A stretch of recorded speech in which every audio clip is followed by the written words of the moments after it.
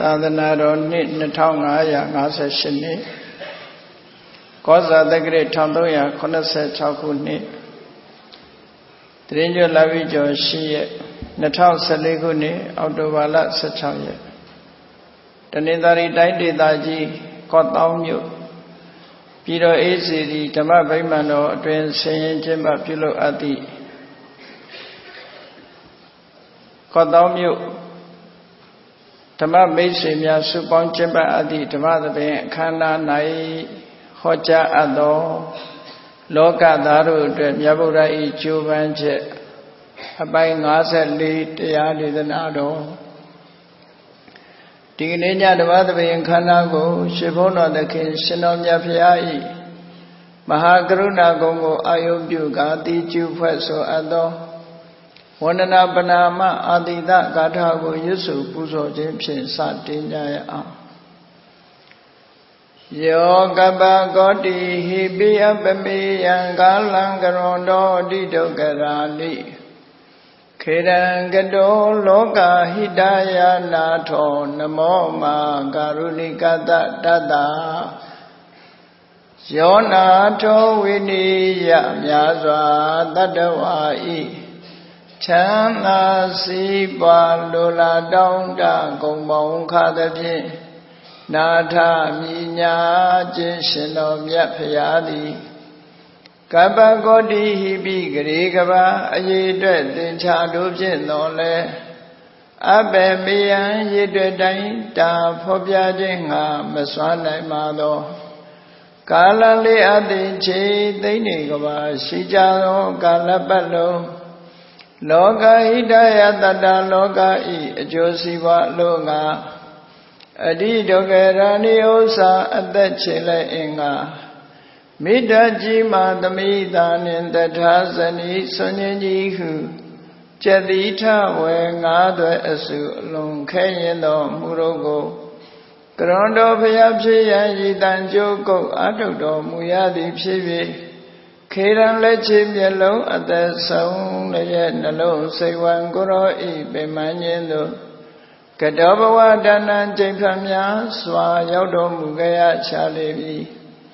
မဟာကရုဏီကတတတဝါများရင်ဝေသားကဲ့သို့တနာချစ်ခင်မဟာကရုဏာရှင်ဖြစ်တော်မူသောတတနာတတဝိနည်းများစွာတတဝါဤချမ်းသာစီးပွားလိုလားတောင်းတအကုန်ပေါင်းခါသဖြင့်နာထမြညာထိုးရှင်တော်မြတ်ဖရာအားနမောယုတိပြောင်းပြော့မှန်ကိုလျော်၍ကရောယုကျိုးရှိခိုးခြင်းသည်အထုဘဝတုစင်စစ်မသွေဖြစ်ပါစေတည်း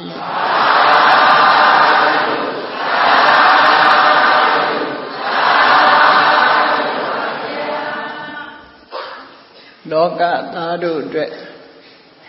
မြတ်ဗုဒ္ဓဤကြိုးပမ်းချက်အပိုင်း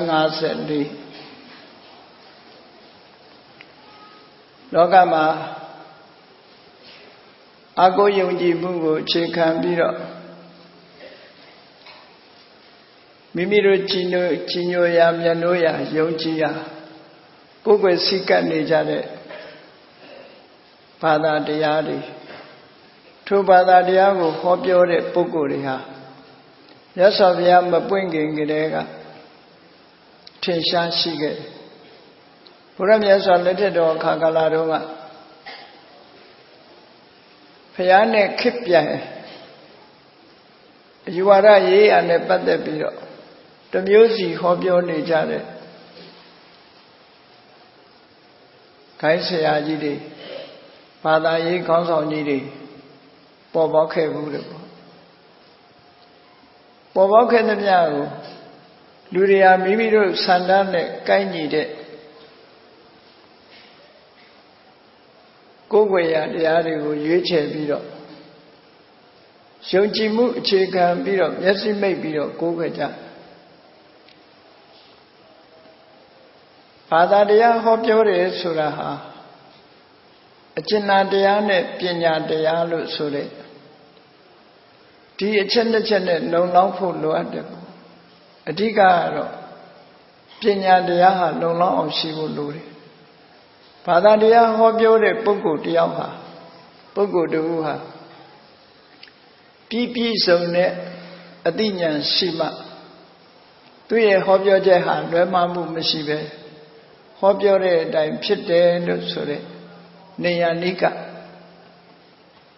မိမိဟောပြောတဲ့အတိုင်းလိုက်နာကျင့်သုံးရင်လိုက်နာကျင့်သုံးတဲ့အတိုင်းဖြစ်မလိုက်နာဘူးကျွလွန်ဖောက်ဖျက်တယ်ဆိုရင်ကျွလွန်ဖောက်ဖျက်တဲ့အတိုင်းကောင်းကျိုးဆိုးကျိုးကိုရစေနိုင်တဲ့တဘာဝတရားတွေကိုချွင်းချက်မရှိအောင်ပြည့်ပြည့်စုံစုံဟောပေးနိုင်မှအဲ့ဒီဘာသာတရားမျိုးကမှယုံကြည်အားကိုးလိုက်တဲ့ဘာသာတရားလောကလူတွေဘာသာတရားဘာလို့ကိုးကွယ်ကြသလဲလို့ဆိုရင်မိမိတို့ကိုယ်တိုင်မှာလုံလောက်တဲ့အသိဉာဏ်မရှိကြလုံလောက်တဲ့အသိဉာဏ်မရှိသည့်အတွက်ကြောင့်ဘာသာတရားဆိုပြီးတော့ဟောပြောတဲ့အခါမှာမိမိတို့ဆန္ဒနဲ့ကိုင်းညီလို့ရှိရင်ယုံကြည်ကြတယ်ကိုးကွယ်ကြတယ်လိုက်နာကြတယ်အဲ့ဒီယုံကြည်ကိုးကွယ်လိုက်နာခြင်းကြောင့်ကောင်းကျိုးချမ်းသာတွေရလာလိမ့်မယ်လို့မျှော်လင့်ချက်ဟာတခုတည်းသောမျှော်လင့်ချက်ပဲဒီကနေ့ခေတ်ကမ္ဘာမှာရှိနေတဲ့ဘယ်ဘာသာတရားပဲဖြစ်ဖြစ်ဆိုင်ရာဘာသာတရားတွေကိုဟောပြောတဲ့အတိုင်းဘာသာဝင်တွေဟာသူတို့ဘာသာရဲ့အဆုံးအမကိုလိုက်နာကြတယ်ပြည်ဝါလိုက်နာတဲ့ပုဂ္ဂိုလ်ရှိသလိုမပြည့်မဝတစ်စိတ်တစ်ပိုင်းလိုက်နာပြီးတော့ဘာသာဝင်အမိခံတဲ့ပုဂ္ဂိုလ်မျိုးတွေလည်းရှိတယ်အဲ့ဒီမှာဘာသာတရားတစ်ခုဟာအရေးကြီးဆုံးကဘာလဲလို့ဆိုရင်မကောင်းဘူးလို့ဟောတဲ့နေရာမှာမလုပ်ရဘူးဆိုတာနဲ့ပတ်သက်တဲ့တားမြစ်ချက်ကိုမလုပ်ဘဲနေရလုပ်ရမယ်ဆိုတဲ့လမ်းညွှန်ချက်ပေါ်မှာလိုက်နာပြုလုပ်ရအဲ့လိုလိုက်နာပြုလုပ်တဲ့အခါမှာလုပ်ရင်ဘာအကျိုးရှိတယ်မလုပ်ရင်ဘာအကျိုးရှိတယ်ဘယ်လိုအပြစ်ဖြစ်တယ်အကျိုးနဲ့အပြစ်ကိုစစ်စစ်ခွဲခြားဟောကြားကြပြီမဲ့လို့လောရတန်းနဲ့အကျိုးမရတာတို့ရှောင်ရတန်းနဲ့အကျိုးမဖြစ်ထွန်းတာတို့ဟောပြောတဲ့ပုဂ္ဂိုလ်ရဲ့အသိဉာဏ်မလုံလောက်မှုကြောင့်ဟောပြောချက်တွေလွဲမှားသဖြင့်လိုက်နာကြတဲ့ဘာသာဝင်တွေဟာကိုကျိုးနေပြီးတော့ဆင်းရဲဒုက္ခရောက်သွားကြတာတွေအများကြီးပဲရှိတယ်အဲ့တော့ဘာသာတရားတစ်ခုကိုးကွယ်တယ်ဆိုတဲ့အခါမှာဟောပြောချက်သိအရေးကြီးတယ်အဲ့ဒီဟောပြောချက်ပေါ်မှာဟောပြောတဲ့ပုဂ္ဂိုလ်ကအသိဉာဏ်လုံလောက်တဲ့ပုဂ္ဂိုလ်ရှိရမယ်အကျဉ်းတရားပြည့်ဝတဲ့ပုဂ္ဂိုလ်ဖြစ်ရအကျဉ်းတရားလည်းရှိရမယ်လုံလောက်တဲ့ပညာတရားအကြောင်းအကျိုးကောင်းဆုံးချွင်းချက်မရှိသိမြင်တဲ့ပုဂ္ဂိုလ်မျိုးဖြစ်ရအဲ့ဒါလို့သိမြင်တဲ့ပုဂ္ဂိုလ်ဟောပြောမှသာလင်ထိုပုဂ္ဂိုလ်ဟောပြောချက်အတိုင်းလိုက်နာကျင့်သုံးကြတဲ့ဘာသာဝင်တွေဟာဟောတဲ့အတိုင်းကောင်းကျိုးချမ်းသာရကြမှာဖြစ်တယ်ဥပမာတစ်ခုပြောမြတ်စွာဘုရားပွင့်တော်မူတဲ့ရာဇဂိုမြို့မကရာတိုင်းတစ်ခွင်မှာဘာသာရေးခေါင်းဆောင်ကြီးတွေပေါ်ပေါက်ပြီးတော့ကိုယ်ပိုင်တရားတွေကိုဟောပြောကြတယ်အဲ့ဒီဟောပြောတဲ့ထဲမှာပုရဏကတ္တဗဆိုတဲ့ဆရာကြီးကပုရဏကတ္တဗဘာသာကဘာတွေကိုဟောတော့ဆိုရင်သူဟောပုံကကုသိုလ်ဆိုတာမရှိဘူးမရှိသည့်အတွက်လုံးလို့လည်းမရဘူးအကုသိုလ်ဆိုတာလည်းမရှိဘူးအကုသိုလ်လုံးလို့လည်းမရဘူးနတ္ထိပါပံနတ္ထိပါပတ္တအာဂမောနတ္ထိပုညံနတ္ထိပုညတ္တအာဂမောကုသိုလ်အကုသိုလ်ဆိုတာမရှိပါဘူးလူတွေကရှိတယ်လို့ထင်နေကြတယ်ဒါကြောင့်မို့ကုသိုလ်အကုသိုလ်မှမရှိလို့ရှိရင်ကုသိုလ်အကုသိုလ်ဆိုတာလုံးလို့ရတဲ့အရာမျိုးမဟုတ်ဘူးလို့ဒီလိုဟောတာဘယ်လောက်ထိအောင်ဟောတော့ဆိုလို့ရှိရင်အေးမင်းတတ်နိုင်လို့ အကုသိုလ်အလုပ်လို့သတ်မှတ်ထားတယ်လောကမှာရှိတဲ့တရားတွေကိုလူသားလက်နဲ့သို့မဟုတ်တရားတွေတတ်တဲ့တင်နှုံးဆက်လက်နဲ့မျိုးတီထွင်ပြီးတော့ကဘာမှာရှိတဲ့သက်ရှိတတ္တဝါတွေတတ်ပြီးအသားပုံကြီးပုံထားအောင်အကုသိုလ်ရဲ့အကျိုးဆိုတာမရှိပါဘူးလို့ဒီလိုဟောတယ်ကောင်းကျိုးချမ်းသာရခြင်းလို့ကုသိုလ်ကောင်းမှုတွေလုပ်တယ်လူမယ်တမ်းမယ်သီလဆောင်မယ်အဲ့ဒါလိုလူချင်းတန်းချင်းသီလဆောင်ခြင်းကိုချင်းတရားထိမ့်သိမ်းခြင်းဆိုတာတွေဟာလည်းပဲတကယ်တော့ဘာမှအကျိုးမရှိဘူးမင်းတန်းနိုင်တဲ့များလှုပ်ချင်သလောက်လှုပ်ဘာမှအကျိုးမရှိဘူးလို့ဒီလိုဟောတဲ့ဘာသာတရားရှိအဲ့ဒီဘာသာတရားကိုလက်ခံကြည်ညိုယုံကြည်သွားတဲ့ပုဂ္ဂိုလ်ဟာကုသိုလ်ဆိုတာလဲရှိတယ်လို့မယူဆဘူးအကုသိုလ်ဆိုတာလဲရှိတယ်လို့မယူဆတော့သူ့စုပ်ထဲမှာသူလှုပ်ချင်အောင်လှုပ်တော့တာလောကမှာလှုပ်ချင်ရဆိုတာအကောင်းနဲ့အဆိုးဘယ်ဟာကိုပို့လှုပ်လဲဆိုရင်လူတွေဟာအဆိုးကိုပို့လှုပ်ကြတယ်အဆိုးကိုပို့လှုပ်သည့်အတွက်ကြောင့်သူပြောတဲ့အတိုင်းအကုသိုလ်ကလည်းမရှိဘူးအကုသိုလ်အကျိုးလည်းမရှိဘူးလှုပ်လို့လည်းမရဘူးလို့သူပြောတဲ့အတိုင်းမှန်ရင်ကိစ္စမရှိဘူးသူပြောတာကလွဲမှားနေတယ်အကုသိုလ်ရှိရတဲ့နဲ့မရှိဘူးလို့ပြောတယ်အကုသိုလ်လုပ်ရင်ဆိုးကျိုးတွေမရဘူးလို့ဟောတယ်သို့တော့အကုသိုလ်လုပ်တာနဲ့ဆိုးကျိုးတွေရနေတယ်ကုသိုလ်ဆိုတာမရှိဘူးကုသိုလ်လုပ်လို့ကောင်းကျိုးမရဘူးလို့သူဟောပြောတဲ့အတိုင်းပဲကုသိုလ်ကောင်းမှုလုပ်တဲ့အခါကုသိုလ်ရဲ့အကျိုးတရားကိုရပြီးတော့ကုသိုလ်ဆိုတာလည်းရှိတယ်ကုသိုလ်ရဲ့အကျိုးတရားဆိုတာလည်းရှိတယ်လို့ဟောပြောချက်နဲ့ကအံဝင်ခွင်ချမဖြစ်ပဲနဲ့လွဲမှားနေတဲ့တာရကတွေအများကြီးရှိလာတဲ့အခါကျသူ့ကိုယုံကြည်ကိုးကွယ်ကြတဲ့တပည့်တာဝကတွေဟာအကောင်းနဲ့အဆိုးအကြောင်းနဲ့အကျိုးလုံးတင်တာနဲ့မလုံးတင်တာခွဲခြားသိနိုင်စွာမရှိပဲနဲ့မှားမှားယွင်းယွင်းနဲ့ဘဝမှာနေမွန်းသွားကြတယ်အင်တမကြောက်စရာကောင်းတယ်ကိုယ်ွယ်မှုလွဲမှားသွားပြီဆိုရင်သွားရောတရားတွေရဲ့အသက်ကိုတတ်လို့ရှိရင်ကောင်းကျိုးချမ်းသာတွေရတယ်တစ်ချိန်တုန်းကအိန္ဒိယနိုင်ငံမှာ sacrifice ဆိုတာမြတ်စွာဘုရားရှိတဲ့အချိန်ထိအောင်ပဲ sacrifice တွေဟာသာတရစ်ပွဲလို့ခေါ်တယ်ရစ်ပူဆိုတာကောသလမင်းကြီးတောင်မှအိမ်မက်တွေကြောက်ကြရဲ့မက်ပြီးတော့အိမ်မက်ကိုဗေဒင်ဟောတဲ့ပုံသားတွေရဲ့ပြောဆိုမှုကြောင့်အိမ်မက်ရဲ့အပြစ်တွေကနိုင်ငံရဲ့အန္တရာယ်ထိနှန်းစည်းစိမ်ကိုထိခိုက်နိုင်တယ်အသက်အန္တရာယ်ရှိတယ်ဒါကြောင့်မို့အိမ်မက်ဆိုးတွေရဲ့အကျိုးပျောက်ကင်းအောင်ကာကွယ်လုပ်ရမယ်ရေရရာခြေရမယ်ပေါ့ရေရရာခြေတဲ့အခါဘာလုပ်ရဘုရင်ကြီးဆိုတော့တတ်နိုင်တယ်လေသဗ္ဗတတကရစ်ဆိုတာအာလုံးစိတ်ကအကောင်တရားနွားကအကောင်တရားသိုးကအကောင်တရားနောက်ဆုံးမှလူသားတောင်ပါလေးတယ်လူကအကောင်တရားဆိုပြီးအဲ့ဒါလို့တရားနဲ့အမျိုးပေါင်းများစွာတပ်ဖြတ်ပြီးတော့ရစ်ပူဇော်ခြင်းဖြင့်သူတဏ္ဍာမှာကြားရောက်လာတဲ့အန္တရာယ်တွေကင်းဝေးနိုင်တယ်လို့ဒီလိုဟောခဲ့တာနော်ဒီလိုဟောတာအဲ့တော့ဒီဟောပြောချက်အတိုင်းတကယ်ရောဖြစ်သလားလို့ဆိုတဲ့အခါအိမ်မက်ဆိုတာအကြောင်း၄မျိုးကြောင့်မက်တာပဲ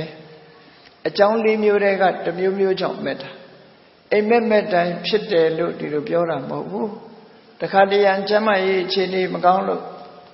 ဥပမာမဲ့ဒီကိုယ်လုံးတောင့်တင်းနေလို့မက်တာမျိုးတခါကျတော့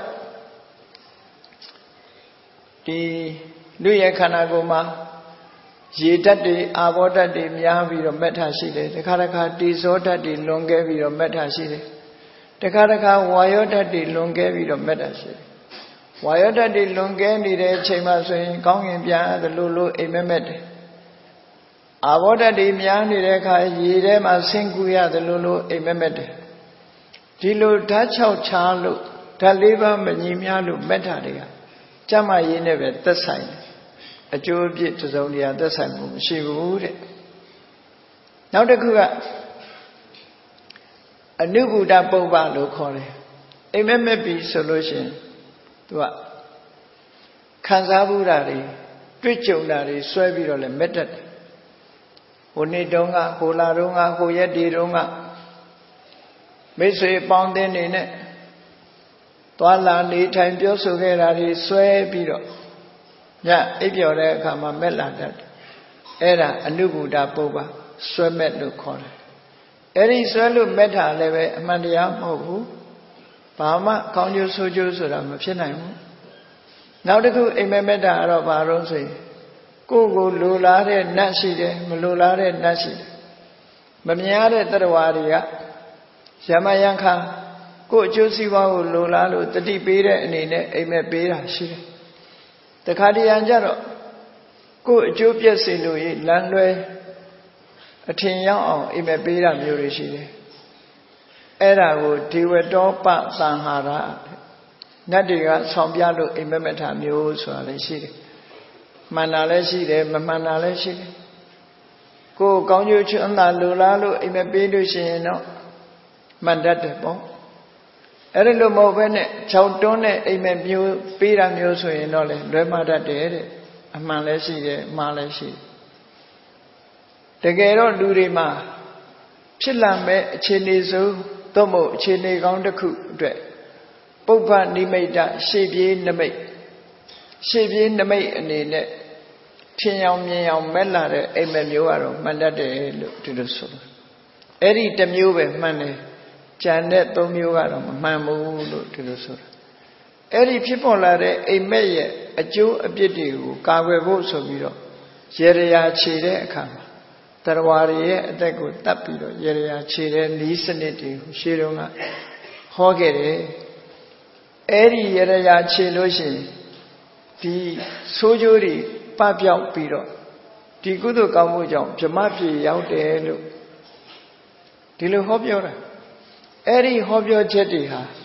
Yansa Biro Hobiora Chedoja, the Rawari Ateku, Tachinja, Yala Agudu Diarida Yalabi, Dire Kama, a Bing Eve Kanta, Pavilo Rose, the Bawa Diaji reactions or Ashili. Echoes or a Vesena Jila, Pedenta, Dori Downirema, Pedenta, Melochila O. Goa Sela Lucian, Sere at the Mepian Trelite. Gaune at the Dula Lucian, Gaune at the Metompiana. A gozera, could not get treated at the Dime Tompiana at the wall. The Bawa de Ajima leve reaction of Kore. Goa to Mia, they go Talucian, go there. Dokapi Mave, Deja.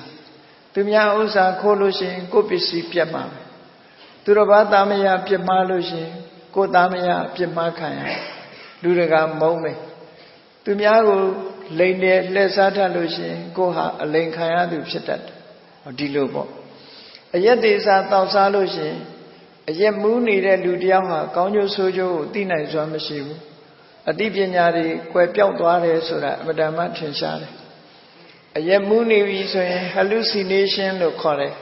Tiam only Pipio, a yet John look correct. Be a man diamond a home. Muyi Sewa Donzelu, Pipolare, Sojuria, Yajive. Ero di Sojuria, Letri Tina Dane, Meshiva Gulu, Dilu Hode, Ayariha. The Bawadia reaction go Namanelu. Conyo Chanariana, Dingini Kimadam, the Chubada Diaria. Tagani, Tapido. The king of Busore, so we are good to come look. No? That period, like video, Adari weedy. Diniama, Nabanque, Tarawadi, Tatana, Padube, Tata, Bajome, Tata, Tatamia, Banadibadaka, change the Shibudia. Tarawale Chiame, Tarawalo Letiame,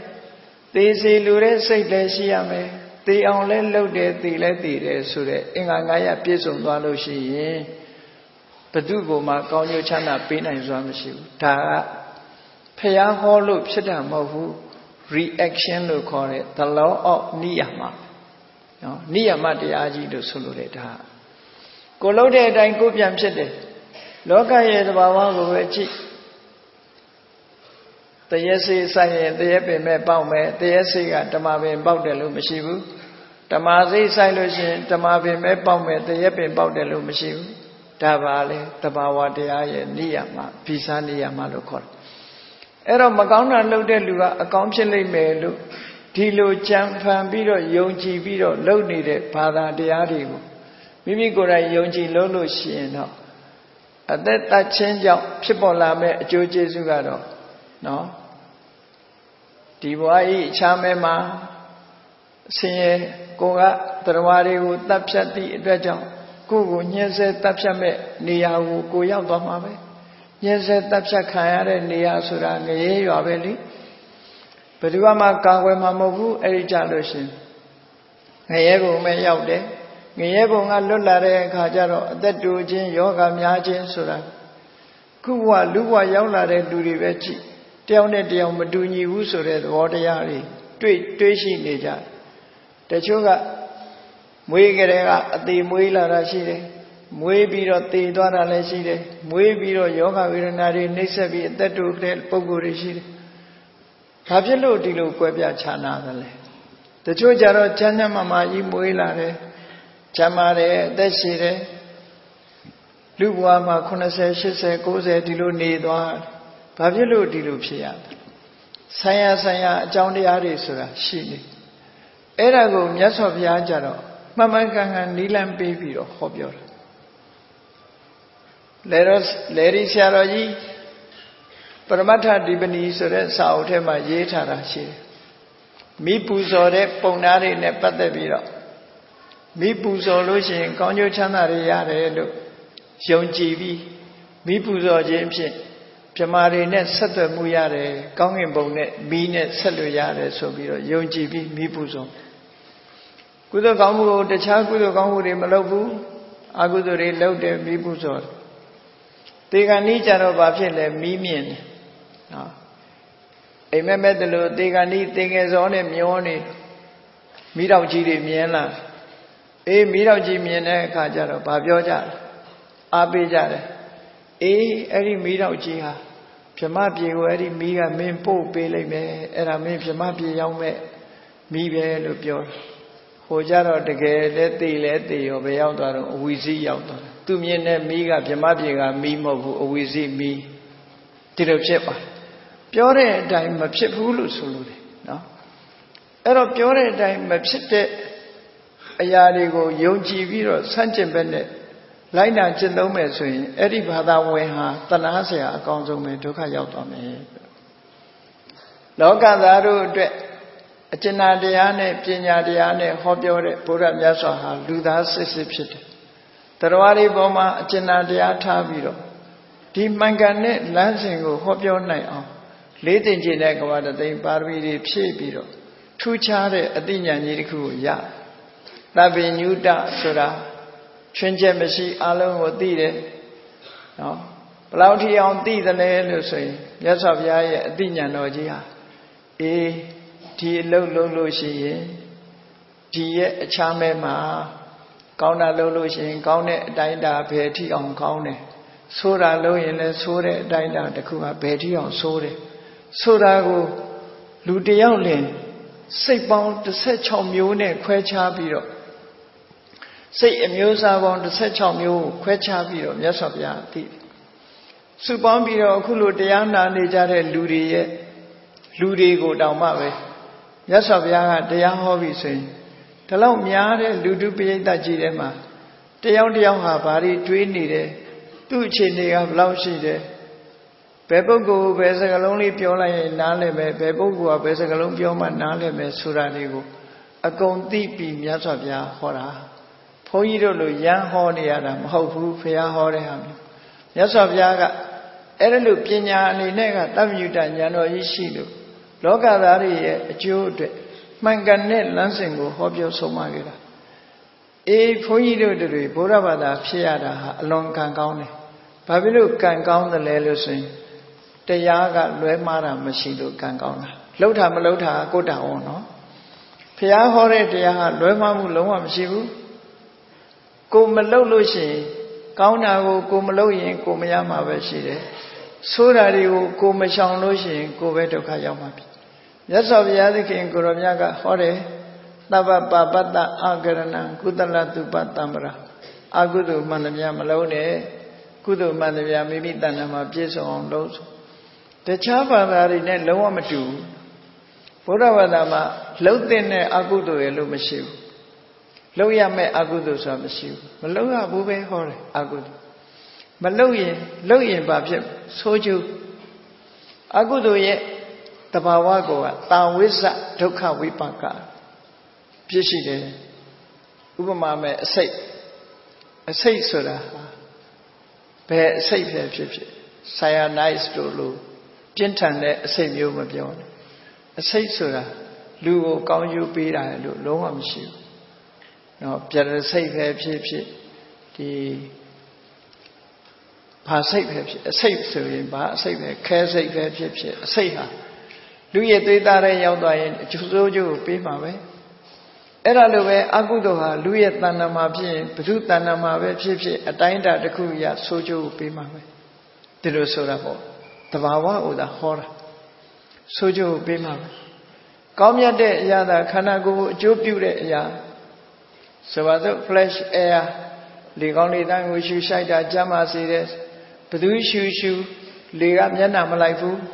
Jama you do this in. Penally, Tana Jamia Shuloshi, so the RCB Jamala Nine. Comia de Sarari, Mimina Tenio, Sari Sai, Apshete, Pedu Sasa, Pebada Win Sasa, Pelumio, Sasa, Sadania, Apshela, Reso. Yanam like Woody, the Bawaso. Did I me? Yes, of young Hore de Ariha, the Bawago, the Hora Chedoja.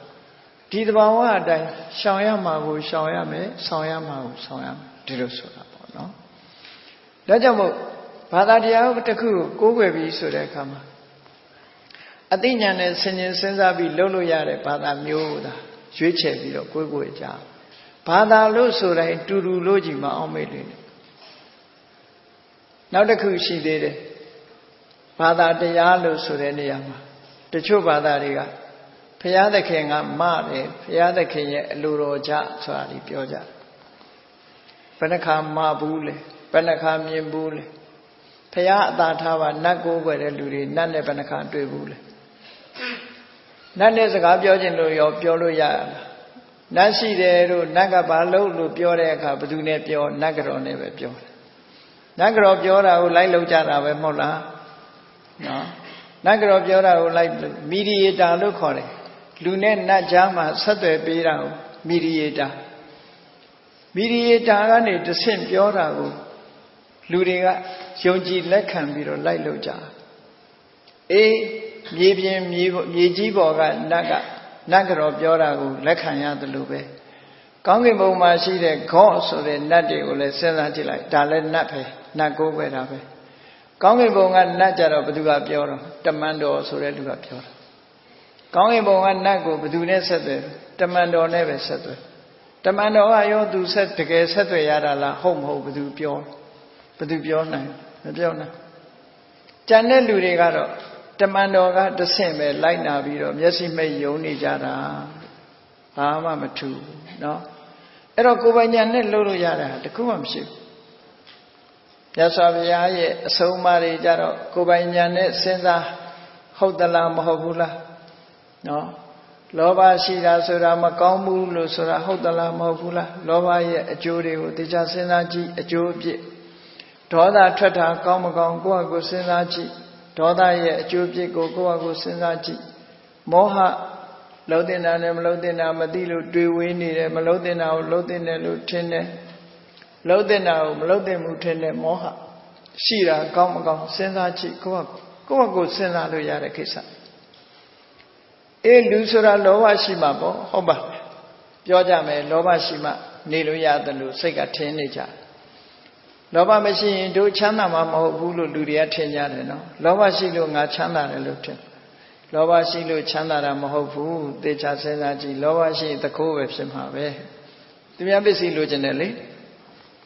Chandara Baja Chandararo, Pelu Loye, Omni 9, Chibuan 9, Sure Pina. Eri Dine Lina Lote Wiria. Pina ne Wiria Chandara, Homo Go Senaji. အယောင်းဝတ်တစ်ခုလှုပ်တာလောဘကြောင့်လှုပ်တာလားလောဘကြောင့်အောင်မြင်တာလားသို့မဟုတ်လုံလဝိရိယနဲ့ပညာကြောင့်အောင်မြင်တာလားစဉ်းစားကြည့်အနုဆိုရင်ဘာသွားကြောင်းနေစရာလို့လဲလောဘပဲမွေးပေါ့ economic တို့ဘာတို့စီးပွားရေးပညာတွေသင်စရာလိုပါမလားလောဘလေးရှိလိုက်တာနဲ့လူတိုင်းကြီးပွားမလားမကြီးပွားဘူးကြီးပွားခြင်းအကြောင်းကအစစ်အမှန်ကဘာလို့ဆိုရင်ပညာနဲ့လုံလဒီနှစ်ခုကကြီးပွားတိုးတက်ခြင်းကောတောင်းမြို့မှာနေကြတဲ့ပုဂ္ဂိုလ်တွေစဉ်းစားကြည့်ပေါ့စီဝါဥစ္စာတိုးတက်လာတဲ့ပုဂ္ဂိုလ်တွေဟာလောဘကြောင့်တိုးတက်တာလားပညာကြောင့်ဝိရိယကြောင့်တိုးတက်တာလားဆိုတာစဉ်းစားလို့ရတယ်လေဒေါသဆိုတာတော့မပြောနဲ့ဒေါသဖြစ်ရင်ကောင်းမကောင်းစိတ်ဆိုးနေတဲ့ချိန်ကိုဘာကိုမှန်တဲ့ကြည့်ကိုယ့်အကိုယ်တောင်လန့်သွားအောင်မယ်နော်ရုပ်ပြည့်ဆင်းရဲဖြစ်သွားတာကိုကိုယ့်အကိုယ်တောင်မှလန့်စရာကြီးဖြစ်သွားလိမ့်မောဟဆိုတာတော့မပြောနဲ့တော့လုံးသမျှကိုယ်ကားတွေကြီးပဲအကုန်ဖြစ်တယ်ဟောနောက်ဆုံးမှာလောဘရှိလို့တွေ့တာတယ်တွေ့တာခြင်းကြောင့်ဘာတွေ့တာမှုကဘာကိုမွေးထုတ်တုံးဆိုရင်တောကကိုပဲမွေးထုတ်တယ်တောကကိုပဲမွေးထုတ်တယ်ဒါကြောင့်မြတ်စွာဘုရားကလောဘကကောင်းကျိုးမပေးဘူးလူတွေကထင်နေကြတာလောဘရှိလို့ကြီးပွားတယ်လို့ထင်တာဘယ်ဟုတ်မှာတော့ပညာနဲ့ဝိရိယရှိလို့ကြီးပွားတာလောဘကြောင့်ကြီးပွားတာမဟုတ်ဘူးလောဘရှိသည့်အတွက်ကြောင့်ဘာဖြစ်လာတောကလောဘသည်တောကကိုဖြစ်စေတယ်ကြည့်လေပစ္စည်းတစ်ခုကိုပိုင်ထားတယ်ဆိုတော့အဲ့ဒီပိုင်ထားတဲ့ပစ္စည်းလေးတစ်ခုပျက်စီးသွားမယ်ဆိုရင်ဘာဖြစ်တောကဖြစ်မှာကိုပိုင်တဲ့ပစ္စည်းတွေဘာဖြစ်လို့မိဂန်တစ်တာကြီးထဲမှာထည့်တောခတ်တာတော့တောကကြောင့်မို့လို့လေအနုမို့ဆိုရင်ချထားဖို့လမ်းမေးပဲကိုပိုင်နေတာဟုတ်လားကိုပိုင်တဲ့ပစ္စည်းတွေကိုသိမ်းနေကြရတာဟာစိုးရိမ်လို့သိမ်းတာလေစိုးရိမ်တယ်တွေ့တာမှုကြောင့်တောကပဲလူချင်းတူနဲ့တူခင်မင်ကြတယ်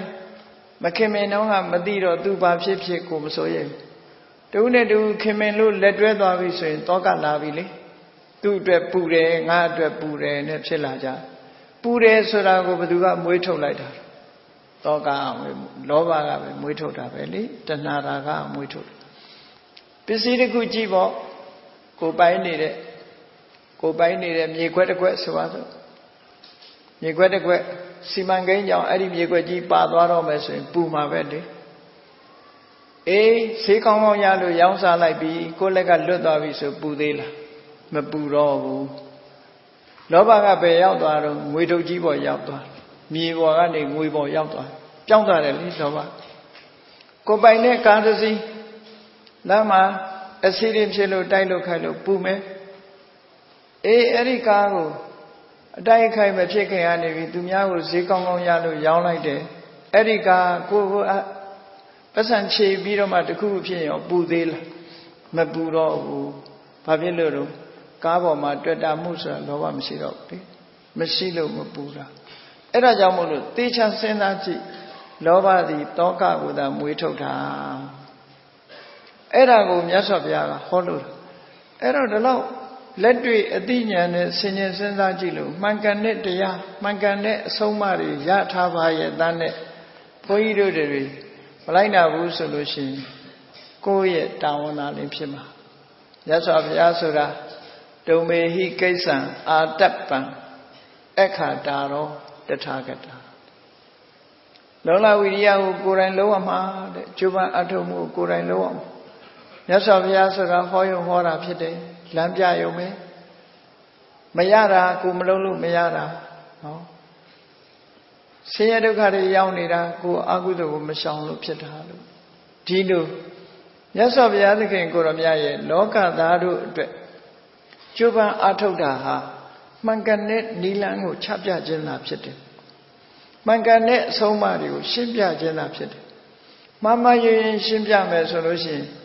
လိုက်နာတဲ့ပုဂ္ဂိုလ်တွေလည်းဒုက္ခပဲလိုက်နာတဲ့ဒုက္ခရသော်ဘုရားကသုတ်တန်တစ်ခုမှာဟောထားတယ်သွားခါတဓမ္မနဲ့ဒုရခါတဓမ္မသွားခါတဓမ္မဆိုတာဟောတဲ့အတိုင်းမှန်မှန်ကန်ကန်ဟောတဲ့တရားမျိုးဘာသာတရားမှာမှန်မှန်ကန်ကန်ဆုံးမတဲ့ဘာသာတရားမျိုးသွားခါတမမှန်မကန်ဟောပြောတဲ့တရားမျိုးကိုဒုရခါတလို့ခေါ်တယ်ဒုရခါတအဆုံးအမမျိုးဆိုရင်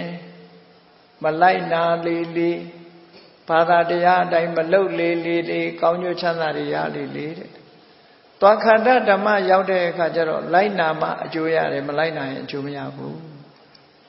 ဟိုကြရင်လိုက်နာရင်ဘုံတို့ဘုံကြီးဖြစ်လာပြီပို့ပြီးတော့ဆင်းရဲဒုက္ခနစ်တတ်တယ်ဟုတ်ပြီဘာသာတရားကိုသိလေးစားပြီးတော့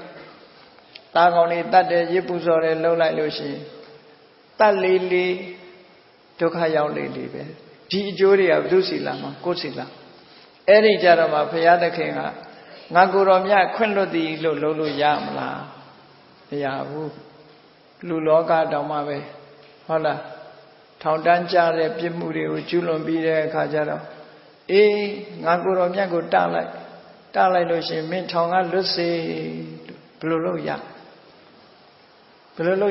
ငရဲပြေဆိုပိုးမရတော့ဘူးပေါ့လက်ရှိဘဝမှာတောင်မရနိုင်တဲ့ကိစ္စရနိုင်တာပါရှိရင်ပတ်စံပေးရင်လည်းရကောင်းရမှာပေါ့များများပေးလို့ရှင်ရသွားတယ်နော်အဲ့တော့လက်တွေ့မကြတာတွေကိုဖယ်ရှားထားပြီးတော့လက်တွေ့ကြတဲ့အဆုံးအမတွေကိုလိုက်နာကျင့်သုံးဖို့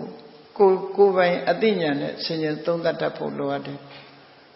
မြတ်စွာဘုရားသခင်ကိုယ်တော်မြတ်ကလောကသားတွေအတွက်ကျိုးပန်းတယ်ဆိုတာဟာအကျဉ်းတရားပေါ်မှာအခြေခံပြီးတော့အသိပညာတရားနဲ့ဟောပြောထားတာဟောပြောဆုံးမခြင်းသာဖြစ်တယ်အေးမြတ်စွာဘုရားသခင်ကိုယ်တော်မြတ်ရဲ့တတ်တော်ဟာလူလောကသားတွေအတွက်အကျိုးဆောင်ရွက်တဲ့အခါတတ်တော်ကြီးတဲ့ဘဝရောက်လာလို့တတ်တော်88နှစ်ကျော်လို့89 80တွင်ကိုရောက်လာတဲ့အတိုင်းအတာတစ်ခုထိအောင်မြတ်စွာဘုရားသခင်ကိုယ်တော်မြတ်တရားတွေရဲ့အကျိုးကိုဟောပြောဆုံးမခဲ့တာဖြစ်တယ်ပေါ့အဲ့ဒီမှာဒီနေ့ကအကြောင်းအရာကိုဆက်ပြီးတော့ဟောမယ်ဆိုမြတ်စွာဘုရားဟာနာလန္ဒမြို့ဆိုတာရာဇဂိုမြို့နဲ့မလမ်းမဝေးခုခေတ်မိုင်နဲ့ပြောမယ်ဆိုရင်10မိုင်သို့မဟုတ်12မိုင်လောက်ဝေးတဲ့နေရာမှာနာလန္ဒမြို့ရှိအဲ့ဒီနာလန္ဒမြို့သတင်းသုံးနေထိုင်ပြီးတဲ့အခါမှာအနိဗ္ဗာန်မှာရှိတဲ့ရှင်အာနန္ဒာကိုခေါ်ပြီးတော့ကဲလာအာနန္ဒာတို့ခီးထွက်ကြရအောင်ဘယ်သွားမလဲဆိုပါတလိဆိုတဲ့ရွာကိုခီးထွက်သွားတယ်နာလန္ဒမြို့ကနေပြီးတော့ပါတလိရွာဘက်ကိုခီးထွက်ကြတယ်ပါတလိရွာဆိုတာဗုဒ္ဓရဲ့အဆုံးအမတွေကိုလိုက်နာနေကြတဲ့ရွာသူရွာသားတွေပြောရမယ်ဆိုရင်ဗုဒ္ဓကိုယုံကြည်ကိုးကွယ်တဲ့ရွာသူရွာသားတွေများစွာရှိမြတ်စွာဘုရားရောက်လာတယ်လို့သတင်းကြားတာနဲ့ပဲပါတလိရွာသူရွာသားတွေဟာမြတ်စွာဘုရားစီရောက်လာကြတယ်ရောက်လာပြီးမြတ်စွာဘုရားကိုရှိခိုးဝါချပြီးတော့ဘာလျှောက်ကြတော့ဆိုရင်အရှင်ဘုရားတဲ့တပည့်တော်တို့ကိုချီးမြှောက်သောအားဖြင့်ပါတလိရွာလေကောင်မှာဆောက်လုပ်ထားတဲ့ဒီဧကေဟာဆောင်ကြီးကိုအာဝတ္တထာကာရလို့ခေါ်တယ်။ကိုရက်ဒီရက်ကလာတဲ့ဧည့်သည်တွေတိခုနားနေဖို့ဆိုတဲ့အာဝတ္တထာကာရဆိုတဲ့ဧည့်သည်တွေနားနေဆောင်ကြီးအကြီးကြီးဆောက်ထားကြတယ်။အဲ့ဒီအကြီးကြီးဆောက်ထားတဲ့အပေါ်မှာတပည့်တော်တို့ကိုချီးမြှောက်တဲ့အနေနဲ့ကြွားရောက်ပါလို့ဆိုတော့မြတ်စွာဘုရားကလက်ခံလိုက်တယ်။အဲ့တော့လက်ခံလိုက်တာနဲ့ကျွာတဲ့ပြန်သွားအဲ့ဆောင်ကြီးကိုတန်တန်ရှင်းရှင်းလုပ်အခင်းချင်းတွေခင်းစီမီတွေထွန်းမြတ်စွာဘုရားကြွမလာခင်ကျွတ်တင်ပြင်ဆင်ရှေးခေတ်တုန်းကတော့ဖဏစည်းလေးမရှိကြတော့မလုပ်လဲဆိုရင်အဲ့ဒီအဆောက်အဦတစ်ခုတည်းဝင်တော့မယ်ဆိုလို့ရှိရင်ခြေဆေးဖို့ခြေဆေးရည်တို့အစင်သင့်ထားကြတယ်ဘုရားမှုရှိတဲ့တန်ဃာတွေကြွလာပြီဆိုရင်အစင်သင့်ခြေဆေးဖို့ရအတွက်ရေအိုးကြီးတွေအိုးစီးကြီးတွေအကြီးကြီးတွေတည်ထားပြီးတော့မြတ်စွာဘုရားခြေဆေးဖို့အစင်သင့်လုပ်ထားကြညနေချိန်ရောက်တဲ့အခါမြတ်စွာဘုရားတန်ဃာတော်မြောင်များစွာနဲ့အတူတကွကြွလာပြီးအစင်သင့်ထားတဲ့ရေနဲ့ခြေကိုတန်ရှင်းအောင်ဆေးလို့ဆောက်ဦးထဲမှာဝင်မြတ်စွာဘုရားသခင်ကိုယ်တော်မြတ်က sau uga alegong ma dai bahu dai nhi tikhu ne wine pi do sauk tha de mandala mala so de sia wine nhi lo sauk tha de sau u chi awon wine ani ne sauk tha ale bahu mandai nhi ko cho pe pi do Nhật Phật atwet neya khin tha de bahu mandai nhi cho pe pi khin tha de neya Nhật Phật ga a shit myat na bek ko hle pi do eri ale dai nhi na ma thain ne Tanga ro de ga Nhật Phật ye nau cho bek ka ne pi do Nhật Phật ko myat na mu pi do thain ja de Padali ywa ga Upadaka ma deတရားနာဖို့ဆိုပြီးစုဝေးရောက်ရှိလာကြသူတို့ကအရှိမျက်နာကိုကြောပေးပြီးတော့မြတ်စွာဘုရားကကိုမျက်နာမူပြီးတော့ဝိုင်းထိုင်ကြအဲ့တော့ကြည့်လိုက်မယ်ဆိုရင်မြတ်စွာဘုရားကအရှိဘက်ကိုမျက်နာမူပြီးတော့ထိုင်တယ်ဘုရားကအလဲကောင်မှာကြပြီးတော့နောက်ကျောကတန်ဃာတွေရှေ့ကလူတုပရိသတ်တွေဒီလိုထိုင်တာပေါ့နော်အဲ့ဒါလို့ထိုင်ပြီးတော့မြတ်စွာဘုရားကပါဠိရွာသူရွာသားတွေကိုဘာတွေဟောတော့ဆိုတာကိုမှတ်သားနိုင်ကြဖို့လောကမှာအရေးကြီးဆုံးတွေကိုမြတ်စွာဘုရားလောကသားတွေအတွက်အရေးကြီးဆုံးမှားကြားချက်တွေကိုမှားကြားတယ်လောကလူတွေမှာကိုယ့်ကိုယ်စဉ်းစားကြည့်တို့အတွက်ဘာအရေးကြီးဆုံးတော့ဆိုရင်တန်ဖိုးထားခြင်းဟာမတူကြဘူးလူတွေကတော့တို့အတွက်ဘာအရေးကြီးဆုံးငွေအရေးကြီးဆုံးလို့ပဲတွက်ကြမှာပဲသို့မဟုတ်စားစရာတွေဝတ်စရာတွေနေစရာတွေစားဝတ်နေရေးဟာအရေးကြီးဆုံးပဲလို့ဒီလိုပဲတွက်ကြမှာမြတ်စွာဘုရားကစားဝတ်နေရေးဆိုတာအရေးမကြီးဘူးဒါကအရေးကြီးတာမဟုတ်ဘူး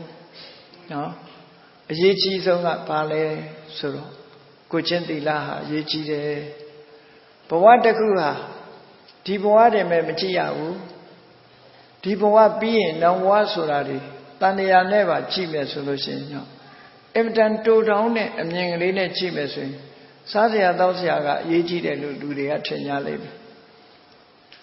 အေးမြတ်စွာဘုရားကငွေကြေးဒဏတွေစားစရာတောက်စရာတွေဆိုတာအပေါ်ယံအထောက်အကူမြတာဖြစ်ပြီးတော့တကယ်အရေးကြီးတဲ့အရာကတော့ဘာလဲဆိုရင်ကိုကျင့်သီလပဲဖြစ်တယ်ဆိုတာကိုပါဠိရွာသားတွေကိုကျင့်သီလရှိခြင်းမရှိခြင်းရဲ့အကျိုးအပြစ်ဒီနှစ်ခုကိုစီစစ်ပြီးတော့ဟောကြားတော်မူခဲ့တာစီစစ်ပြီးဟောကြားတာတညာအလုံးမြတ်စွာဘုရားဟောတဲ့ထဲမှာသီလမရှိတဲ့ပုဂ္ဂိုလ်နဲ့သီလရှိတဲ့ပုဂ္ဂိုလ်ကွဲပြားခြားနာတယ်သီလမရှိတဲ့ပုဂ္ဂိုလ်သို့မဟုတ်ရှိပြီးသားသီလပျက်စီးသွားတဲ့ပုဂ္ဂိုလ်သီလရှိတဲ့ပုဂ္ဂိုလ်သီလနဲ့ပြည့်စုံတဲ့ပုဂ္ဂိုလ်ဒီနှစ်ဦးဟာအလုံးကိုကွဲပြားခြားနာတဲ့အခြေအနေတွေနဲ့ရင်ဆိုင်ရတယ်ဆိုတာကိုအကျိုးနဲ့အပြစ်ကိုစီစစ်ပြီးတော့ဟောလောကလူသားတွေကအပြစ်ကိုလည်းသိဖို့လိုတယ်အကျိုးကိုလည်းသိဖို့လိုတယ်သီလမရှိခြင်းရဲ့အပြစ်အာဒီနဝလို့ခေါ်တယ်အာဒီနဝဆိုတာဒိညာလို့အင်္ဂလိပ်လိုပြန်မယ်ဒိညာရစပေါ့နော်သီလမရှိဘူးဆိုရင်ဘယ်လိုအပြစ်တွေနဲ့ကြုံတွေ့နိုင်တယ်သီလရှိပြီဆိုရင်ဘယ်လိုအကျိုးကျေးဇူးတွေရဒါကြောင့်မလို့ကိုယ့်ကိုအကျိုးနဲ့အပြစ်ဆိုတာဘယ်လုပ်ပဲလုပ်လို့ဆင်ញင်စဉ်းစားတတ်ရတယ်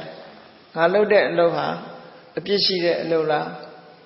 ဒီအလုပ်ကိုမလုပ်ရင်ဘယ်လိုအကျိုးတွေရှိသလဲဆိုတာကိုအမြဲတမ်းဆင်ញင်စဉ်းစားကြဥပမာမယ်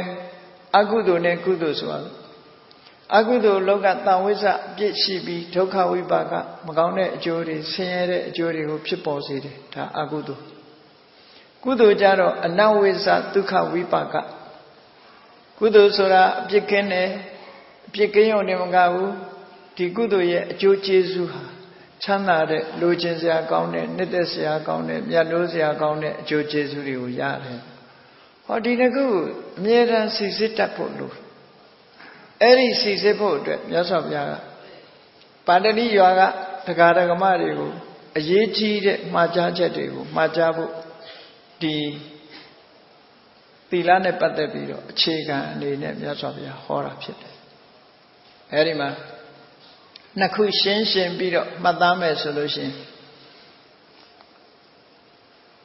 တီလမရှိတဲ့ကိုချင်းတရားပြက်ပြားနေတဲ့ပုဂ္ဂိုလ်တယောက်ဟာဘယ်လိုဆိုးကျိုးတွေနဲ့ကြုံတယ်ဆိုတာဆိုးကျိုး5မျိုးနဲ့ဆုံတွေ့နိုင်တယ်ကိုချင်းတီလနဲ့ပြည့်စုံတဲ့ပုဂ္ဂိုလ်ကြတော့ကောင်းကျိုးချမ်းသာ5မျိုးကိုရနိုင်တယ်လို့ဆိုးကျိုးနဲ့ကောင်းကျိုးဒီနှစ်ခုကိုခွဲခြားပြီးတော့မြတ်စွာဘုရားဟောတယ်ဘယ်လိုဆိုးကျိုးနဲ့ဘယ်လိုကောင်းကျိုးလဲလို့ဆိုရင်ကိုချင်းတီလပြက်ပြားပြီးတော့နေတဲ့ပုဂ္ဂိုလ်တရားကိုချင်းတီလဆိုတာအလုံးသိကြတယ်နော်ကိုချင်းတီလဆိုတာကာယကံကိုထိမ့်သိမ်းဆောက်ရှောက်ခြင်းနဲ့ဝစီကံကိုထိမ့်သိမ်းဆောက်ရှောက်ခြင်းကိုကိုချင်းတီလလို့ခေါ်တယ်ကာယကံကိုထိမ့်သိမ်းဆောက်ရှောက်တယ်ဆိုတာသူများအသက်ကိုမတတ်ဘူးသူများဥစ္စာကိုမခိုးဘူးသူတော်ဘာသားမယားမပြစ်မှားဘူးဟောတာကာမဂုဏ်ကာယကံကိုထိမ့်သိမ်းတယ်လို့ခေါ်တယ်ဝစီကံကိုထိမ့်သိမ်းတယ်ဆိုတာလိမ်မပြောဘူးမှန်တာပဲပြောတယ်တူနဲ့တူမတက်အောင်ဂုံးမတိုက်ဘူးတတ်မရှိဘူးဟောတူနဲ့တူညီညွတ်အောင်သာဟောပြောပေးတယ်တစ်ဖက်သားစိတ်မချမ်းသာအောင်ရိုင်းပြတဲ့စကားမျိုးတွေမပြောဘူးယဉ်ကျေးသိမ်မွေ့စွာပြောတယ်အကျိုးမရှိတဲ့တရားလွတ်စကားတွေကိုမပြောဘူးအကျိုးရှိတာကိုသာပြောတယ်ဟောကာယကံထိမ့်သိမ့်တယ်ဝစီကံထိမ့်သိမ့်တယ်ကိုချင်းသီလအဲ့ဒီကိုချင်းသီလကိုမထိမ့်သိမ့်ဘူးဒုစရိုက်မှန်သမျှကိုပြုလုပ်တယ်ဒုစရိုက်တွေကိုလုပ်တယ်ဆိုတဲ့ပုဂ္ဂိုလ်တယောက်ဟာတဲ့ဘာဖြစ်လဲလို့ဆိုရင်ဒုစရိုက်လုပ်နေတဲ့ပုဂ္ဂိုလ်တယောက်မှာတတိဆိုတာခင်မဲ့လားတတိဆိုဒီမှာကောင်းတာလုပ်ဖို့အမှတ်ရခြင်းကိုတတိလို့ခေါ်တယ်ကိုယ်ဘဝလေးမှာရလာတဲ့အခြေအနေလေးကိုရစ်မူးနေတာမျိုးမဟုတ်ဘဲနဲ့စဉ်းစားဉာဏ်နဲ့စဉ်းစားတတ်တာတွေးခေါ်တတ်တာတတိအဲ့ဒီအပမာဒဆိုတဲ့တတိတရားမရှိလို့ဘာဖြစ်လာလဲလှုပ်ချင်တာတွေလှုပ်သည့်အတွက်ကြောင့်စီးပွားဥစ္စာတွေပြက်ပြားလာဆုံးရှုံးနစ်နာလာဥပမာလူသားမှုကိုကျွလွန်တယ်ဖန်ဆီးခံရတယ်စီးပွားတွေပြက်တယ်သူတော်ဘာပစ္စည်းဥစ္စာကိုခိုးယူတိုက်ခိုက်တယ်ဖန်ဆီးခံရတယ်ကိုယ်ပစ္စည်းတွေပါတယ်သူတော်ဘာသားမယားကျွလွန်လို့ပြစ်ဒဏ်တွေခံရတယ်လိမ်လေပြောလို့ပြစ်ဒဏ်တွေခံရတယ်ဆိုရက်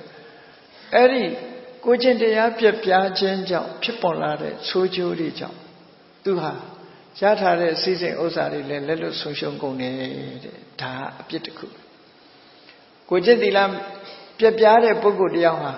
စီးပွားပြတ်တတ်တယ်ဒါဟုတ်ဆိုလို့စီးပွားပြတ်တယ်ဟုတ်မဟုတ်စဉ်းစားကြည့်ပေါ့ကိုတချို့ကတော့အပေါ်ယံတွေးကောင်းတွေးလိုက်ပဲမကောင်းတာလုပ်တဲ့လူတွေစီးပွားတက်နေတယ်လို့ထင်ကောင်းထင်ကြလိမ့်မယ်မကောင်းတာလုပ်လို့စီးပွားတက်တာမဟုတ်ဘူးမကောင်းတာလုပ်လို့ရှိရင်မကောင်းတဲ့အကျိုးတွေကခံရအောင်မှာစီးပွားတက်နေတာမဟုတ်ဘူးအခြေအနေတစ်ခုရနေတာကိုစီးပွားတက်တယ်လို့ကြီးပွားနေတယ်လို့လူတွေကအများစုကဒီလိုမျက်စိလဲကြတယ်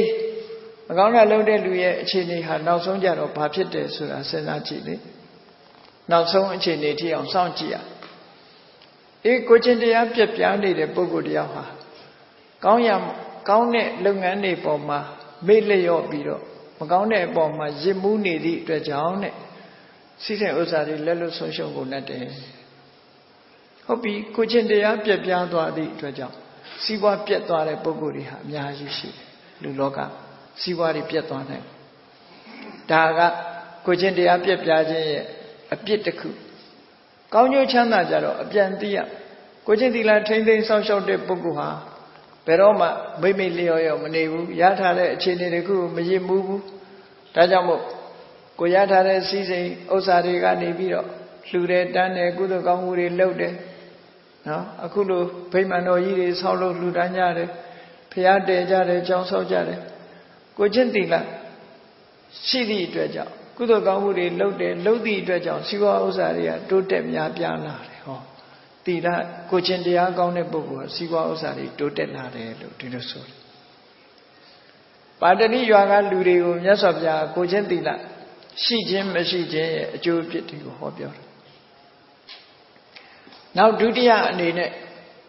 ကိုချင်းသီလပြက်ပြားသွားပြီဆိုတဲ့ပုဂ္ဂိုလ်မှာဘာဖြစ်လဲသတင်းဆိုးတွေထွက်တတ်တယ်မကောင်းသတင်းတွေကြော်စောလာ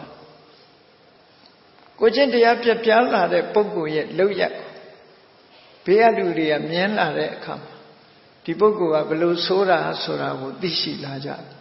နောက်ဆုံးမှာရှုတ်ချလာကြသတင်းဆိုးနဲ့ကြော်ကြားလာတယ်ကိုချင်းသီလနဲ့ပြေးဝတဲ့ပုဂ္ဂိုလ်ကြတော့ကောင်းသတင်းတွေကျွယ်ဝလာတယ်နော်ဒီပုဂ္ဂိုလ်အဖြစ်မတန်တော်တယ်အမတန်မှလေးစားထိုက်ပါပြီလေကိုချင်းသီလရှိတဲ့ပုဂ္ဂိုလ်ကြတော့ကောင်းသတင်းကျွယ်တယ်သတင်းဆိုးနဲ့ကြော်ကြားခြင်းဟာသီလမရှိခြင်းအပြစ်ပဲကောင်းသတင်းတွေကျွယ်ဝခြင်းဟာကောင်းသတင်းနဲ့ကြော်စောခြင်းဟာသီလရှိခြင်းရဲ့အကျိုးတစ်ခုပါပဲတဲ့ဟောနောက်တစ်ခုကနံပါတ်3ကြတော့ဘာလို့ဆိုကိုချင်းသီလမရှိတဲ့ပုဂ္ဂိုလ်ဟာလူလောကထဲမှာလူလောကအတိုင်းဝိုင်းနဲ့ဝင်လာတဲ့အခါမှာစိတ်မလုံဘူးတဲ့နော်မဟုတ်တာလောက်ထားရင်စိတ်မလုံဘူးဆိုတာဟုတ်တယ်လူတွေချင်းချင်းတိုးပြောရင်ငါအကြောင်းများပြောတာလားလို့ဆိုပြီးစိတ်မလုံတတ်ဘူးတဲ့ဘယ်ပရိသတ်ထဲသွားဘယ်အရက်သွားမျက်နှာကမလှဘူးသူကသူဟန်ဆောင်ခြင်းဆောင်လိုက်မယ်သို့တော့စိတ်ထဲကသူဟန်ဆောင်လို့မရဘူးဘာလို့လို့ဆိုရင်ကိုလှုပ်ထားတဲ့လှုပ်ရက်တွေအကုန်လုံးကသိနေကြတဲ့အခါသူ့မြင်ပြုံးစီလုံးနေရင်ကိုသူခံရခက်နေပြီအဲ့ကြတော့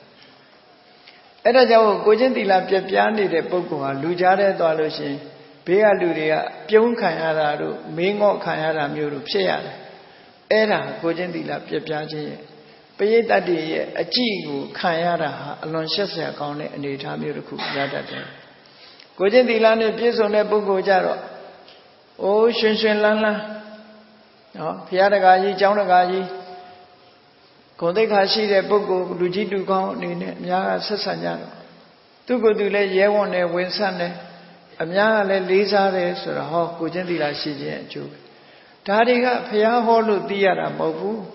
တကယ်ကိုယ်တိုင်လည်းပဲဒီအကျိုးကျေးဇူးတွေကိုရနိုင်တယ်ဆိုတာအမှန်တမ်းထင်ရှားတယ်လေနောက်တစ်ခါကိုချင်းသီလပြက်ပြားတဲ့ပုဂ္ဂိုလ်တယောက်ဟာဘာဖြစ်လဲသေကံဤမှာတွေ့ဝေမိန်မောပြီးတော့သေရတယ်တဲ့ကြည့်ဘုန်းကြီးတို့တခါတော့ကအမေရိကန်ကလာတဲ့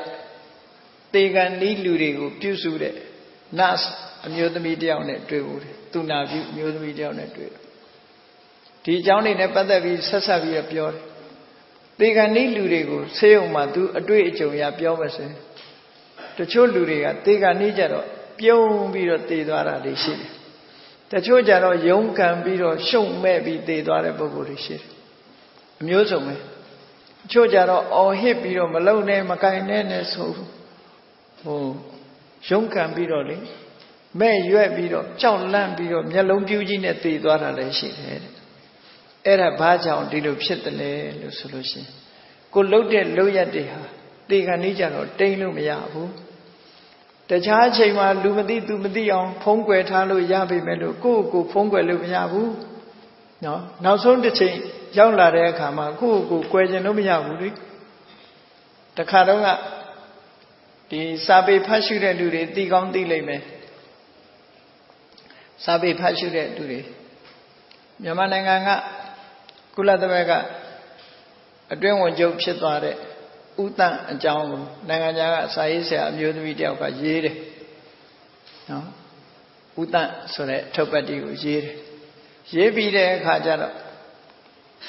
အဲ့ဒီစာအုပ်ထဲကပြင်စရာရှိရင်ပြင်ဖို့ဆိုပြီးတော့ဥတန့်ကိုစာအုပ်ကလေးစာမှုသွားပေးဒါလေးဖတ်ကြည့်ပါတဲ့ဖတ်ကြည့်ပြီးတော့ပြင်ပေးပါလို့ဆိုတော့ဥတန့်ကဘာပြောတော့ဆိုကျွန်တော်မဖတ်တော့ပါဘူးတဲ့ဘာဖြစ်လို့လဲဆိုတော့ကြဒီရေးသားချက်တွေကျွန်တော်ပတ်သက်နေတာဖြစ်နေမှာဆိုလို့ကျွန်တော်မဖတ်တော့ပါဘူးတဲ့တစုံတစ်ခုကျွန်တော်မကြိုက်တာတွေ့လို့ပြင်လိုက်ရင်ကျွန်တော်ပါဝင်ပတ်သက်နေမှာဆိုလို့မဖတ်တော့ပါဘူးဆိုတော့ဟိုမျိုးသည်ပြီးကဘာပြောတော့ဆိုဒါကတော့ရှင်ဘယ်သူမှသိတာမှမဟုတ်တာတဲ့ပြင်လဲကိစ္စမရှိပါဘူးရှင်နဲ့ကျမပဲသိတာပဲလို့ဆိုတော့ကျွန်တော်သိတယ်လေတဲ့သူကပြောတာဘယ်သူမှမသိလဲကျွန်တော်သိတယ်လေတဲ့ဟောဒီစကားဟာမြတ်စွာဘုရားဟောတဲ့အထက်မှာပါတာလေသူဟာဗုဒ္ဓဘာသာတယောက်ဆိုတော့ဘုရားရဲ့အဆုံးအမတွေကိုနားထောင်ထားပြီးသားစာဖတ်ထားတဲ့ပုဂ္ဂိုလ်တယောက်ဆိုမြတ်စွာဘုရားဘယ်လိုဟောတော့ Nati loke rohonama papa kaman pakropato. Mauta lote poku diao lokama sequea samsibude. Adade purida sanadi. Sati kahadi wa nawa. Kolota malota tumyamati jenta kodi nide. Kodi nide so rea quayam hodole. No? Kodi nide. Kodi nida go a pony vide. Chena Luria Wamati Ngalota, but Wamati Ulu Dilutinam. Kodi nida go a malo mulu dilusolo. Tayamu yes of Yakono Reme, Arahan Sorekono, Araha, Sequayama Damodom, Lohu, Jishide, Loso Sham. Lucia Dushima, Shauna Mobu, Guayama Leve Melopusura, Peroma Agudu Melopusura, David. Eddie Donga, Sarema Palea. Baduma Dira Mahope, Baduma Dira Maloso, Janodi lead to Biore Zakata comment Biolata.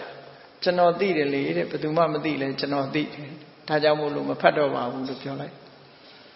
Edanove, Mauda Loin go dide. Tajamulu, Sequia Sura, Machine Mu, Gogo, Dizome, Gogo, Didi Gaja, Dega Nature, Mauda loaded Bogo Diaha. Kolotari, go Kaunema, Piampola, Bido, Yonkan de Chara. A bit and la Vido paid the war. No? Saudi Papi Java Leme, Tegani, the Aviani, Johnny Varida Gini, Lunegiria, Circodare, Tamuria, Teganima, a Memetalu, Magonari loaded Bogoa, Magonari, Yonkan Bido, Nature. Yes, of your letter donga. What that de soda so that what that the maha, Nepomia, so what do you that? They are Nija of Balolo, Conieti, Wellu or Bido, a nema, the carpe bido, Midazuria, Wellu or Nida, the carpe bido tar. All I did than ye, what than ye twenty, and do them a treadle. What that Bamialos in Yanaji, what Yanaji chilla, the Phoebe. Cheta Bamiare Luria, Jemiana Yipilla, the Phoebe, do Chila, Jemiana Yipilla. No other Bamia and Leven Noalu or T. Anguduri Sura, T. Time of Chetat. The Deganima Noalu or the other, Wellu or the other, Jelu or the other. Tiluha Muriha, Aguduri, the Ajuwa, Ajuseku, Kansaja Sura, Logama, Ledri Taragari, Yamyazo, Shigabo. Tajamu, Deganima, Edelu, Shun Dwa Me, Young Gambiro, the Yarago, Namongo, Kalangro, Dilusura, no? E Gudu Gamu Lote Bogojaro. Kudilale go Senene, go look at a Gudu Gamu lady go, I am Buni de Kajaro. Chilame and the Itachi like the Piosia India or Yaudaro, Pyongyong de Tirabo, no? Shirunga a fire, the Bita Bureteme Pare. Come on, you follow me, Pyongyong in a theatre, the city. I do theatre to Alessi, they didn't do it, no? Now the Kuara, Mayana Yao Jab, Yamanyalu, theatre, the city, so she did it. The city ain't totally. Come on, you follow me, Pyongyong theatre, the city. Edalu,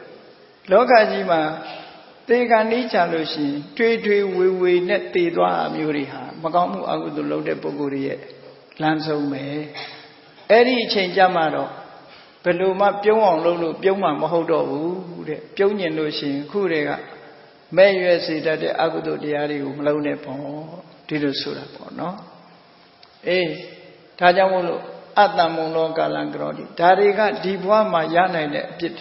Kudogamu Londe Bogojaro, do we Medea Bure. Now soon the Kuara, Palese. They the Chamena, Tarako Medina.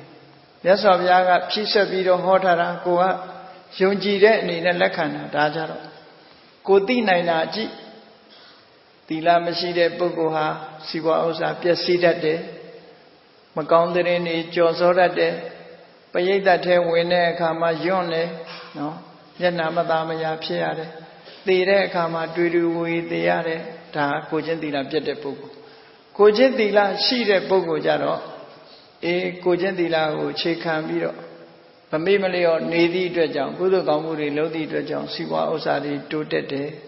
ကောင်းတဲ့နေကြွယ်ဝတယ်ပရိသတ်တွေဝင်ဆန့်တယ်ခုံရှိသေးရှိဖြစ်တယ်တည်တဲ့အခါမှာပြုံပြုံလေးနဲ့တည်နိုင်တယ်ဟောဒါတွေအထိအောင်လူတွေကသိနိုင်တယ်ပေါ့ကိုယ်တိုင်သိလို့ရအေးတည်သည်အချမဲ့ဒီဘဝကမျက်စိနှလုံးပိတ်သွားလို့သုတိစိတ်ကျသွားပြီဆိုတဲ့အခါကျတော့မြတ်စွာဘုရားကဖြည့်ဆွက်ပြီးပါဟောလို့သီလမရှိတဲ့ပုဂ္ဂိုလ်တွေသိလို့ရှိရင်တဲ့ချမ်းသာဒုက္ခလုံးဝမရှိတဲ့အပယ်ဘုံမျိုးကိုရောက်တတ်တယ်ဆင်းရဲဒုက္ခတွေနဲ့ကြုံတွေ့ရတဲ့ဒုက္ခတိဘုံတွေကိုရောက်တတ်တယ်ဝိနိပါဒကိုယ်စိတ်ဆန္ဒမပါဘဲနဲ့နော်ငရဲအိုတဲ့တွန်းချခံရတဲ့အနေအထားမျိုးဖြစ်တတ်တယ်ဒါကမြတ်စွာဘုရားဖြစ်ဆိုဟောတာဘုရားကိုယုံကြည်လို့ဒါကလက်ခံရမယ်ကိုတွေ့မဟုတ်သေးဘူးကိုတွေ့ဟုတ်ရင်လည်းသွားပြီပေါ့အဲ့ဒီအချိန်မှာတွေ့ပါခုမတွေ့သေးဘူးနော်ဒီဘဝမှာတွေ့နိုင်တဲ့အရာမဟုတ်ဘူးအေးကိုချင်းသီလနဲ့ပြည့်စုံတဲ့ပုဂ္ဂိုလ်ကြတော့သက်ခမျက်စိကမြင်သမျှအကောင်းတွေကြီးပဲမြင်ရတယ်နားကကြားသမျှအကောင်းတွေကြီးပဲကြားရတယ်နှာခေါင်းကနမ်းရှူရသမျှမွေးကြိုင်တာတွေကြီးပဲလျှာကလဲရသမျှကောင်းတာတွေကြီးပဲခန္ဓာကိုယ်ကအထိတွေ့ရလဲကောင်းတာတွေကြီးပဲကောင်းပြီဆိုတာတွေနဲ့တွေ့ကြုံတာကိုသက်ခလို့ခေါ်တယ်အဲ့ဒီသက်ခလို့ဆိုတဲ့လူပြေနတ်ပြေဒုက္ကတိလို့ဆိုတဲ့ဒုက္ခချမ်းသာတွေရဲ့တရားဘုံမျိုးကိုရောက်ရတယ်လို့မြတ်စွာဘုရားကကိုချင်းသီလရှိခြင်းမရှိခြင်းရဲ့အကျိုးအပြစ်ကိုအခုလို့ပါတတိရွာသူရွာသားတွေကိုများစွာခွဲခြားပြီးတော့ဟောပြောတာဖြစ်ပါတယ်။ဒါကြောင့်မို့တရားချစ်ခင်သူတော်စင်ပြိဿပေါင်းတို့ဘာသာတရားတစ်ခုကိုးကွယ်စိတ်ကပ်တဲ့ဆိုဒီမှာအကျဉ်းတရားနဲ့ပညာပြည့်စုံတဲ့ပုဂ္ဂိုလ်ရဲ့အဆုံးအမတိုင်းလိုက်နာနိုင်မှသာလျှင်ကောင်းကျိုးချမ်းသာတွေရတာဖြစ်သောကြောင့်ဘုရားမြတ်စွာရဲ့အဆုံးအမတွေဟာအင်မတန်မှစိတ်ချယုံကြည်ရတဲ့သဗ္ဗညုတဉာဏ်တော်ကြီးနဲ့သိပြီးတော့အကျဉ်းတရားလည်းကဘာရှားမှရှားပညာတရားကလည်းအလွန်ကြီးမားတဲ့မြတ်ဗျာရဲ့အဆုံးအမတိုင်းတို့တွေလိုက်နာကျင့်သုံးကြရမှာဖြစ်တယ်လို့ကိုယ်စီသဘောကျပြီးဖရာအဆုံးအမတိုင်းလိုက်နာကျင့်သုံးနိုင်ကြပါစေကုန်သတည်း